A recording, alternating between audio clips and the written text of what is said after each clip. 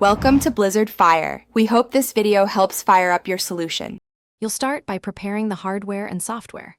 Charge the Arctis 7X so firmware updates won't fail, and plug the USB-C wireless dongle into a rear USB 3.0 port for best range.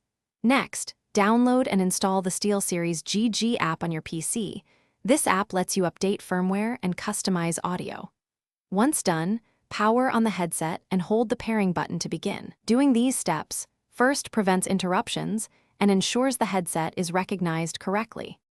Now you'll pair and configure drivers so audio routes correctly. Open SteelSeries GG and check for any firmware updates. Apply them because they improve stability and mic performance. Then use the app or Windows Bluetooth settings to pair the dongle with the headset. The app confirms a successful link. After pairing, go to Windows Sound Settings and set Arctis 7X as the default playback and communication device so game and chat audio don't mix improperly. This avoids latency and routing errors.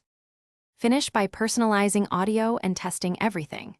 You should calibrate the mic side tone and master volume in SteelSeries GG so your voice level is natural, and run a quick voice test in Discord or Steam.